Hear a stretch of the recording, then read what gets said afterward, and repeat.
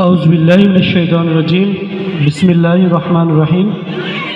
দ্বীপ জেলা ভোলার ঐতিহ্যবাহী শিক্ষা প্রতিষ্ঠান ইলিশা ইসলামিয়া ফাজিল মাদ্রাসা কর্তৃক আয়োজিত আজকের সবক ও দোয়া অনুষ্ঠান উপস্থিত আছেন আজকের অনুষ্ঠানের সম্মানিত সভাপতি এবং বিভিন্ন শিক্ষা প্রতিষ্ঠান থেকে আগত মেহমানবিন্দু, পত্র প্রতিষ্ঠানের সম্মানিত শিক্ষকবিন্দু এবং উপস্থিত প্রাণপ্রিয় শিক্ষার্থীরা সকলকে আন্তরিক শুভেচ্ছা ও সালাম।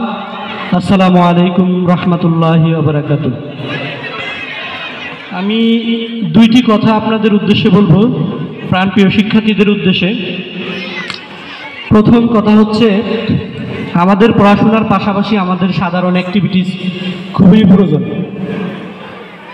যাদের সাধারণ অ্যাক্টিভিটিস আছে তারা ভবিষ্যতে কিছু না কিছু করে খাওয়ার মতো সক্ষমতা অর্জন করে।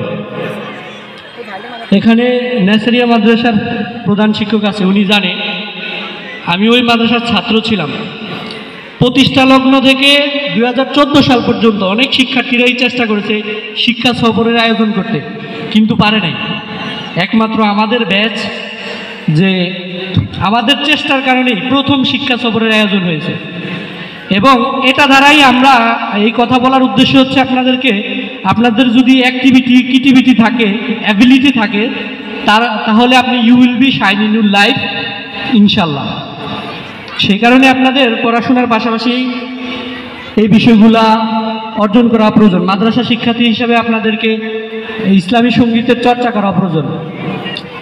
আমাদের অপসংস্কৃতির বিরুদ্ধে ইসলামী সংস্কৃতি ছাড়া এটা কখনোই সম্ভব না। ইসলামী সংস্কৃতি চর্চা করবে মাদ্রাসার শিক্ষার্থীরা, তাহলে এই দেশে ইসলামী বিপ্লব সাধিত হবে। দ্বিতীয় বিষয়, আল্লাহ তাআলার বিধান।